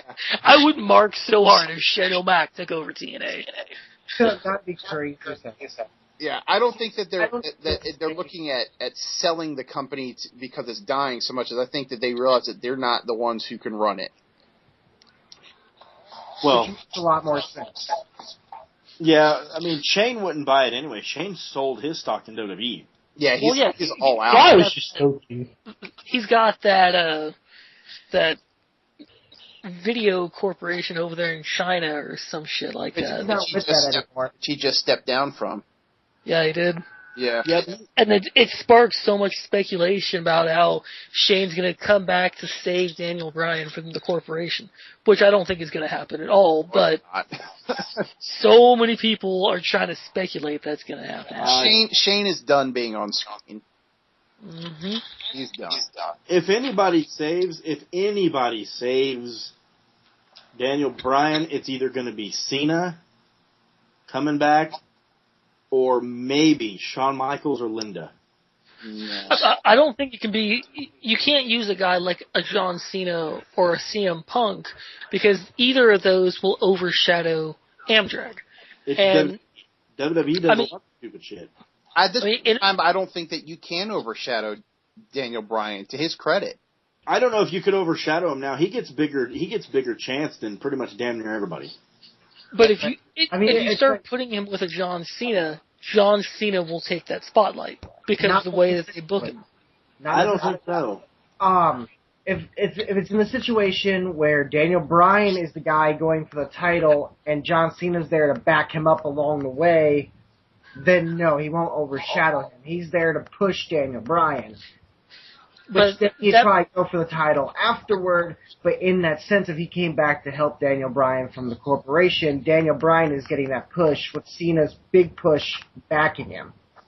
Right. But if they do that, in a sense, that's got John playing second fiddle, and I don't think creative even wants to have him play second fiddle. They did that all last year during Punk's 434 days at the top. But I don't think they're going to go back to doing that again so soon. Well, they're talking about bringing John back before the Rumble to do on-screen stuff. Well, and that would be the perfect way to bring him back. He's in Bryan's corner. How do you bring a guy like John back this soon just to do on-screen, non-wrestling roles? I mean, the people are going to see John. They want to see him wrestle. It's John Cena. John Cena could sell ice to an Eskimo. Well, sure, absolutely. I mean, I certainly agree with that. But I mean, it's John Cena. He doesn't have to do anything. The Rock came back and did a few appearances, didn't wrestle for a while, and people ate it up. But I actually agree with Alan in this regard, in the fact that as soon as John Cena shows back up, he does become the focus just because of who he is. But if he's injured and he's coming back on screen, which they're talking about doing. They are. they know he's hurt. They know he can't compete, so he does not become the focus for any titles. At least you hope so. I mean, Hulk Hogan doesn't wrestle, and he's the focus of like 4 different storylines in TNA, or he was until Thursday night. Yeah, that was something that always drove me nuts. Is I knew when Hogan was going to come on at 9 o'clock, 10 o'clock, or 10:50. Mm-hmm. Yeah, I mean, it would not. I would not put it past creative to do that same thing with John, even if he can't wrestle. I used to be the biggest Hogan fan, and even I'm glad he's out of TNA. I've been waiting for them to be rid of Hogan, not because I don't like him. I mean, which, to be fair, I really don't like him. I think he's kind of a cancer. I mean, but the experiment by TNA was a great experiment. They attempted to give their brand some huge name exposure, but it just didn't work. TNA's still pulling the 1.0, the 1.1, the .85s. But that's because Hogan didn't come in as Hogan. When he's in WWE, he comes in as the real American, and he's got the grand stage to do it. Well, this also goes back to what we were talking about before, and the fact that characters, there are very few people that are actual draws anymore, and unfortunately, Hogan is one of those people that's not, even Hulk Hogan doesn't draw anymore. It's because times have changed. Nobody wants to see Hogan anymore. Sure. And I don't blame him. I mean, Hogan's one of the few guys that knows fewer moves than John Cena. Well, but back in the day, that's just it. Back in the day, Hogan didn't have to know. Oh, sure. I mean, all he needed was punch, punch, punch, big boot, leg drop, 3 count. You forgot the scoop slam. Oh, yeah, well, I'm sorry. The scoop slam, too. But, I mean, that's just it. Hogan didn't, his gimmick was, he's Hulkamania. Yeah. I mean, that's all he had to be was Hulkamania. Say your prayers, eat your vitamins, brother, show the pythons, do the moves, Hulk up, go home with the belt. Do your roids. Do your roids. Did you guys happen to see the video? It's gross. You're talking about the video wrecking on Facebook where Hogan is wearing a thong. Yeah, the wrecking ball parody. Yes, and it's horrible. Oh, shit. I saw them talking about that, but I did not click it, thank God. Smart man. I thought I was going to vomit. Well, I saw the picture in there of Hogan showing his backside of the thong. I was like, I am not going to watch this. Right? That's why screenshots are important. Mm. Yes. Ooh, Agreed, it's very important. Did they really have Ryback, who's going into a match with CM Punk on Sunday, get a jobber's entrance to give R-Truth the full entrance? Really? Sure, why not? Nice one, SmackDown. It's SmackDown where it's all take. No one use the application. They use that app now, so technically nobody gets the jobber entrance because they want everybody to have their app. Artie Evans got the jobber entrance. That was funny as hell. Caleb, I used to actually see a reaction out of R-Truth until you started saying, and the crowd goes mild. Ever since you saying that, I've watched R-Truth literally get, no reaction, no one gives 2 shits about him. Yeah, and I'm like, God damn it, I used to like R-Truth. When he says, what's up, and the crowd goes, Yeah, JBL says, what's up with him? Only for Cole to say, shut up! Best thing to happen to R-Truth. Who was it that did the skit with R-Truth where they punted little Jimmy? Oh God, who was that? Oh shit, that was awesome! Oh my god! It wasn't Snitsky. You guys ever seen R-Truth ran out of the ring to help little Jimmy? I want to say that was The Miz, but I'm not sure.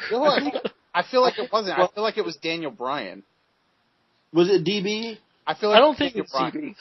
I don't remember. I just remember that skit. I laughed so hard I was crying. It was pretty hilarious.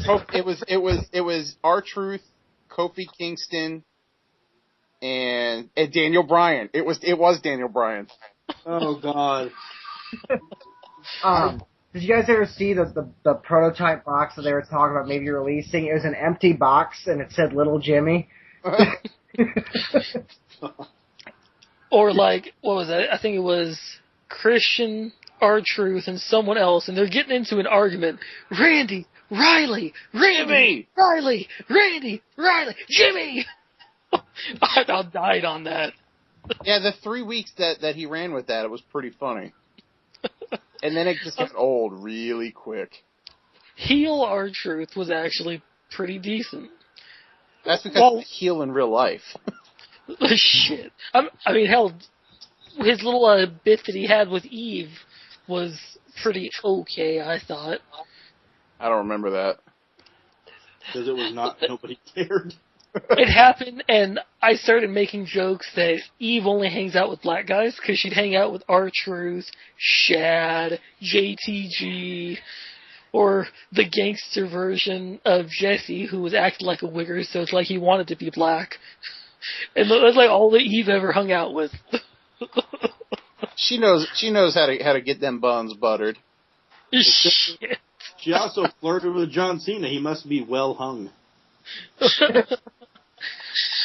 If by well hung, you mean hung like a 3-year-old, right?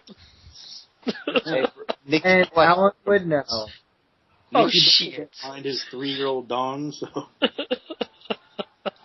And if all it takes is 3 inches to get somebody that looks like Nikki Bella, I'm chopping how much ever my dick off to 3 inches. I don't think you're chopping anything, Keith. I think you're actually adding on a little bit of plastic there. I was just gonna say that. Alan, you were not complaining last night.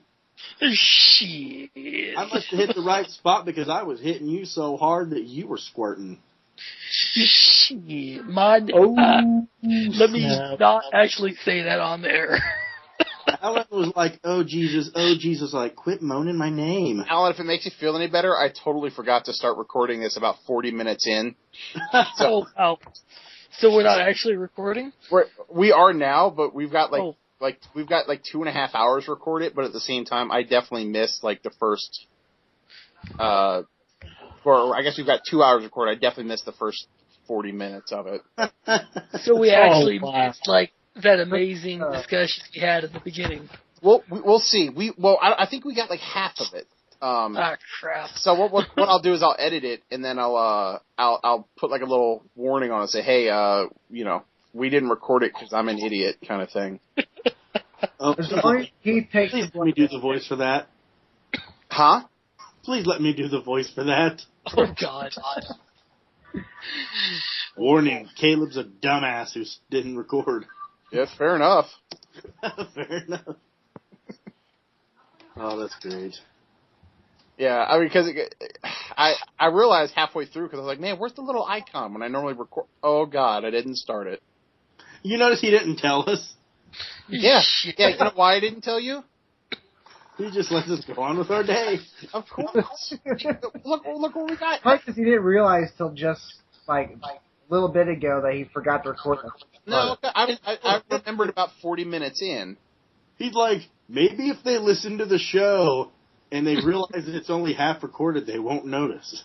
I didn't jump into like half an hour. In the whole first 40 minutes, Keith was having freaking phone trouble anyway, so. It was computer trouble, thank you very much. Oh, so same difference. So it's definitely a good thing I didn't actually finish that previous remark then. Yeah, alright. It's okay. I can edit stuff out. I haven't had to really so far, but I think we have more discussions based on non-EFED stuff than EFED stuff. Well, yeah, that's okay because this isn't the Insider anymore. This is just the UWL Podcast.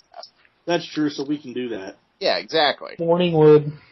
That's right. I think we have more discussions, but it's usually wrestling oriented in and of itself, which I think is great because I know that I know that I certainly don't know everything about wrestling, not even close, and I enjoy being able to actually hear and share other wrestling-related ideas with everyone else that's here. Well, I think the best thing about what we do on here is not just that we talk about wrestling, but a lot of what we talk about is Fed theory.